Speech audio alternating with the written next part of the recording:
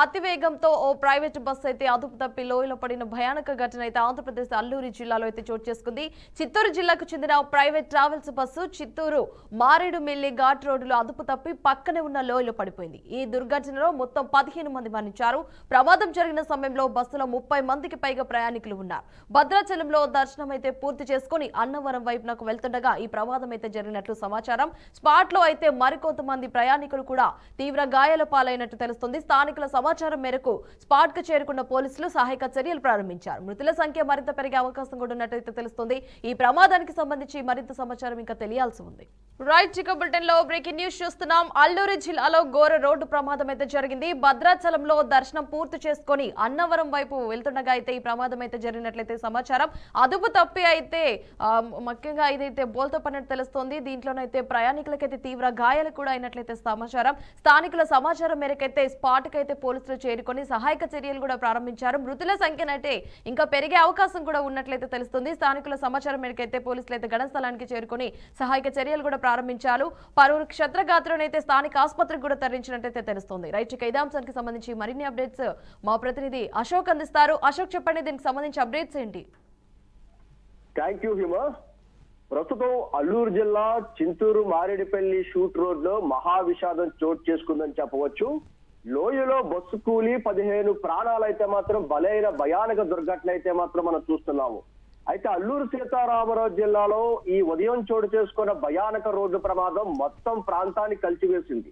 చింతూరు నుంచి మారేడుపల్లి వైపు వెళ్తున్న ప్రైవేట్ ట్రావెల్ బస్సు అదుపు తప్పి లోతైన లోయలో పడిపోయిన ఘటన భారీ ప్రాణ నష్టం కూడా దారితీసింది. అయితే మారేడుమిల్లి తులసిపాకల వద్ద పేరు పొందిన ప్రమాదక వంపులో సమయం తెల్లవారుజాము 4 గంటల సమయంలో జరిగినట్లు సమాచారం ఉంది. AP 39 UM 6543 bus.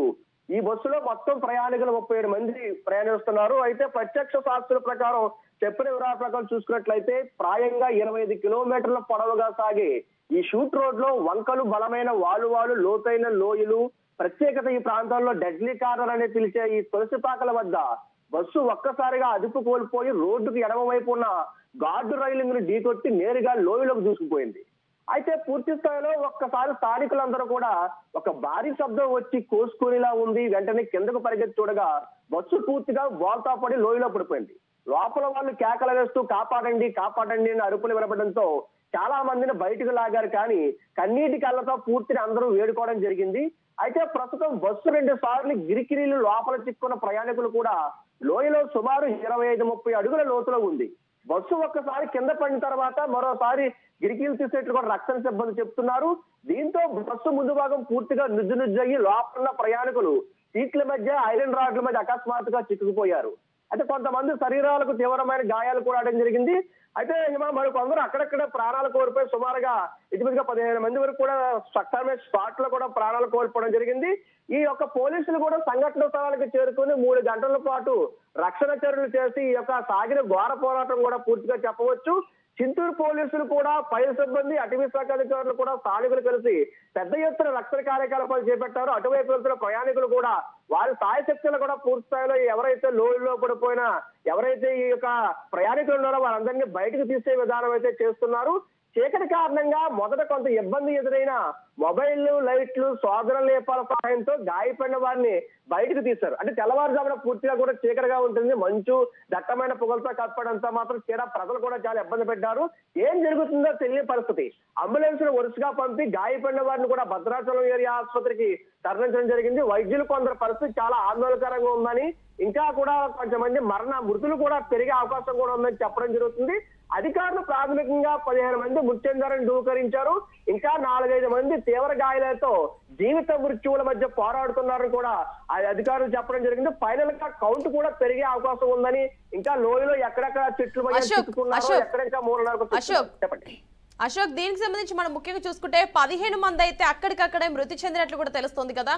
మిగతా వారి పరిస్థితిని అయితే మనం చూసుకుంటే కనుక ఆసుపత్రిలో తరలించినట్టు తెలుస్తుంది. వారి పరిస్థితి ఏ విధంగా ఉన్నట్టు చెప్తున్నారు? మరి ప్రస్తుతం 15 మంది స్పాట్ లో చనిపోవడం జరిగింది. ఇంకా ఇందులో పూర్తిగా కూడా మృత్యు తీవ్రతలో బాధ కొట్టుమిట్టాడుతున్న 4-5 మంది కూడా తీవ్రంగా వారు మృత్యులో చెప్పినాడు. కాసేపట్లో కూడా వారి పరిస్థితి ఏంటో కూడా తెలుస్తుంది.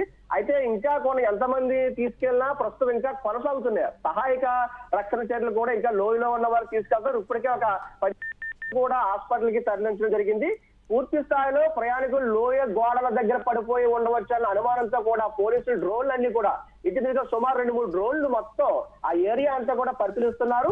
ఇప్పటికే చింతూరు మారేడుపల్లి రహదారిపై భారీగా కూడా ట్రాఫిక్ జామ్ అయిపోవడం కూడా జరిగింది. అది ప్రమాదం కారణంగా 2 దిశల్లో వాహనాలు కిలోమీటర్ల మేర నిలిచిపోవడం జరిగింది. అత్యవసర పనులు వెళ్లేవారు కానివ్వండి, ఉద్యోగులు కానివ్వండి, పర్యాటకులందరూ కూడా తీవ్ర ఇబ్బంది పడుతున్నారు. 4 గంటల పైగా వాహనాలు కదలలేకపోవడంతో పిల్లలు, మహిళలు కూడా రోడ్డుపై అలమటిస్తున్నారు. అశోక్, ఇప్పుడు మనం ముఖ్యంగా చూసుకుంటే దాంట్లో 30 మంది ప్రయాణికులు అయితే ఉన్నట్లయితే తెలుస్తోంది కదా. ఆ 30 మంది ప్రయాణికులు ఎక్కడి ప్రాంతం వారిగానైతే గుర్తించినట్లయితే సమాచారం ఉందని చెప్పవచ్చు అశోక్. అయితే ప్రస్తుతం వీళ్ళందరూ కూడా ఎవరైతే లోయ ప్రాంతాల్లో పర్యాటకులుగా ఉన్న ఎవరైతే చింతూరు నుంచి వెళ్తున్న ప్రయాణికులందరూ కూడా పూర్తి స్థాయిలో ఇంకా వారి వివరాలు తెలుసుకోవాల్సి ఇప్పటికే పూర్తిగా వారికి సమాచారం, వారి బంధువుల సమాచారం, అదే విధంగా ఈ యొక్క సమాచారం ఎప్పుడైతే అందిందో వారి సంబంధించిన వారందరికీ కూడా బంధువులకు అయితే పూర్తిగా కూడా వారు ఏదైతే సమాచారాన్ని అందజేయడం జరుగుతుంది. ఇంకా ట్రోల్ చేస్తారు. ఇంకా ఎవరెవరు ఉన్నారో వారందరూ కూడా ఒకసారి పూర్తిగా కూడా పోలీసులంతా కూడా వారిని ట్రేస్ చేస్తున్నారు. Right Ashok, thanks for the updates.